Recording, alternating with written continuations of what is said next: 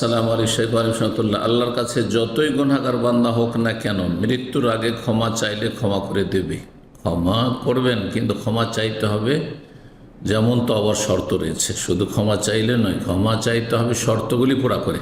তওবার শর্ত, গুনাহ বন্ধ করা, গুনার ওপর অনুশোচনা, অনুতপ্ত, লজ্জিত হওয়া, খুব খারাপ কাজ করেছি, খুব অন্যায় করেছি, লজ্জিত, আর আগামীর জন্য প্রতিজ্ঞা করা ভালো মানুষ হয়ে যাও, তারপরে আমল ভালো হয়ে গেছে, এই নয় যে ওই রকমই চরিত্রের হয়ে আছে, তাহলে আল্লাহ মাফ করবেন।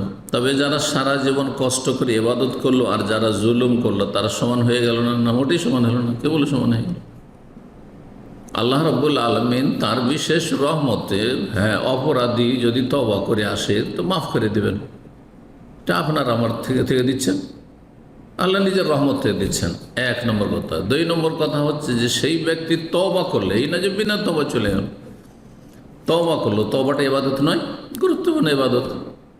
সেই ব্যক্তির কিছু আমলে ঘাটতি হয়েছে, কিন্তু সেই তওবা করেছে, তো মাইনাস হয়েছে, প্লাস হয়ে গেছে, তখন আপত্তি কোথায়? আর অত্যাচারিত ব্যক্তি বিচার কিভাবে পাবে? সে যদি অমুসলিম হয়, তো বিচার পাবে, দুনিয়াতে পাবে। দুনিয়াতে যেহেতু নির্যাতিত হয়েছে, সুতরাং তাকে আল্লাহ হয়তো দুনিয়াতেই দিয়ে দেবে, যেহেতু আখেরাতে সে পায় না। জান্নাত হারাম করা হয়েছে কাফেরদের ওপর,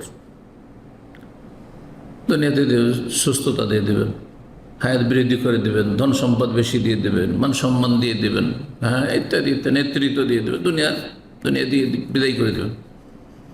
আর একটি দিক রয়েছে পরকালের, সেটা হচ্ছে তার পরকালে জাহান্নামের আযাবকে হালকা করবেন আল্লাহ রাব্বুল আলামিন। যেমন আবু তালেবের হালকা করা হয়েছে। আবু তালেব তো কাফের, অন্য কাফেরদের মতোই কাফের, নবীর চাচা, কিন্তু তাকে সবচেয়ে হালকা জাহান্নামের আযাব দেওয়া হবে। ওই রকমের যেসব কাফেরগুলি কল্যাণমূলক কাজ করেছে, দান সাদকা করেছে, মেলা ভালো কাজ করেছে, অথবা জুলমের শিকার হয়েছে,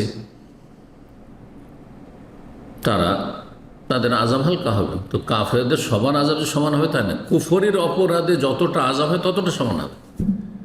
আর তারপরে যার যত বেশি পাপ, কুফরের অতিরিক্ত, কাফের খুন করেছে, কাফের জিনা ব্যভিচার করেছে, কাফের মদ খেয়েছে, কাফের শূকর গোস্ত খেয়েছে, কাফের সুদখোর, কাফের বেঈমান, কাফের ঘুষখোর, তাহলে তার শাস্তি বাড়তে আছে, আযাব বাড়তে আছে। কুফরির অপরাধ ছিল, কিন্তু মানুষের কারো ক্ষতি করেননি। মানুষের কারো ক্ষতি করেনি, আল্লাহর হক নষ্ট করে, সবচেয়ে বড় হক তাওহীদ নষ্ট করেছে, কিন্তু মানুষের হক নষ্ট করে, মানুষের উপকার করেছে,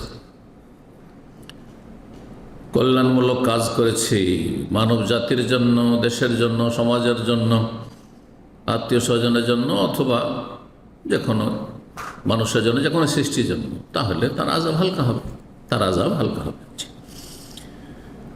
আল্লাহ রাব্বুল আলামিন ওমা আনা বিযাল্লামিন লিল আবিদ, কোনো বান্দার আল্লাহ জুলম, অবিচার করবেন না। জি, যথাযথ আল্লাহ প্রতিদান দেবেন।